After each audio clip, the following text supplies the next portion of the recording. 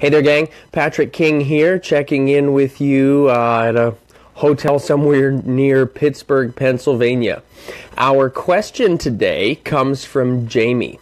Jamie submitted the question, I have a 10-year-old quarter horse that bucks when you ask him to go from a canter into the gallop.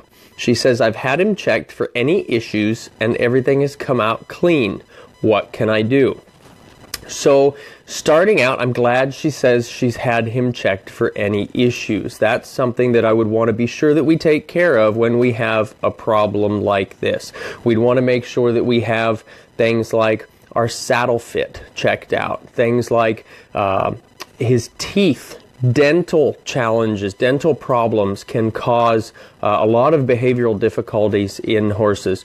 We would maybe check in with the chiropractor, check in with the veterinarian to make sure that everything checks out clean before we go any further. Now, one of the once those issues are checked out, and Jamie says that this horse is checking out clean, so once that's taken care of, then my next question for a rider would be, how are the rider's hands and seat? When we're trying to go from a canter to a gallop, is the rider solid, steady, secure, moving with the horse with their hands and with their seat, or are we kind of bouncing all over the place? Now, I'm going to assume that that's not the case in this situation, but it's something that I want to make sure that we take care of before we look any further, because, you know, if that's the case, if the rider's bouncing all over the place with their hands in their seat, then of course the horse is going to throw some sort of aversion to the transition like that, especially as we increase in speed, because if a rider's having challenges with the seat, most of the time, that expresses itself even more as we pick up higher in our gaits, as we move along in our transition. So we want to make sure that that's taken care of as well. Otherwise, the advice that I would offer is make sure that we have control of the horse's hindquarters. Okay, make sure that we can untrack the hindquarters. We hear a lot about disengaging the hindquarters. We want to make sure that we can if we want to. I'm not saying we want to do it all the time. I think way too many people do way too much of that. But if we're having a challenge of bucking, I want to make sure that we can access the horse's hindquarters, untrack him, kind of fold him in half, as it were, and step a hind leg underneath him. Again, don't drill on that, but make sure that we have it as just kind of as a check. You want to make sure your emergency brake works when you're driving your car. It doesn't mean you're going to use your emergency brake every time you want to slow down, right? So think of it that way when we're thinking about disengaging our horse's hindquarters. If that's checking out okay, then what I would want to do is a lot of transitions within each gate and from all the other gates as well. I would want to make sure that we could check in and say we're trotting along. I'd want to make sure that we could trot a little slower, trot a little faster. In the canter, I want to make sure that we can canter a little slower, canter a little faster. Play with kind of those transitions within the gates before I try to tip my horse into that faster gait of the gallop, before I push him into doing that.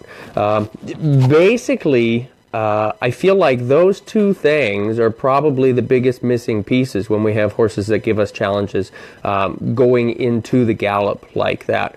So without seeing Jamie's horse on video, that's probably going to be the best advice that I can give at this point.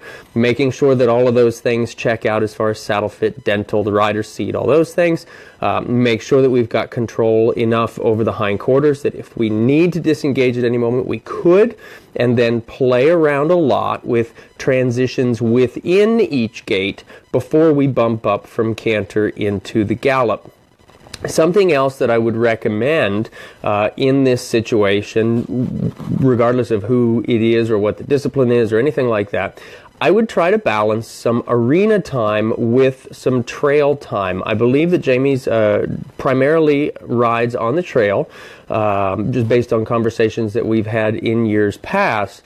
I would want to make sure, if possible, that I could spend some more time with that horse in an arena where it's kind of a little more of a sterile environment, so to speak, and that's something that the reason that I would want to do that is so that we can have consistent footing, consistent lack or general lack of distractions, so that we can really focus on the pieces of that, what's going on, you know, in our horse's mind and body in those cases before we go out and we hit the hills. So hopefully that's helpful for you there, Jamie, and hopefully this is helpful to anybody else. If you might have a challenge similar to this one, if you have any other questions, put those in the comments below the video here, please. That would be fantastic.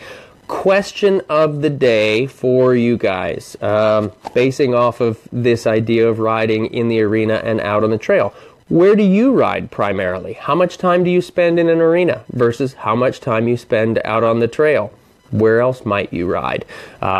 Put that in the comments below, and don't forget, keep submitting your questions to us. We've been getting questions in our email box. We've been getting questions in the direct message box here through Facebook. We've had some Instagram folks sending us messages asking for questions. You keep asking questions. I'll keep making videos to answer them. Thanks so much, gang.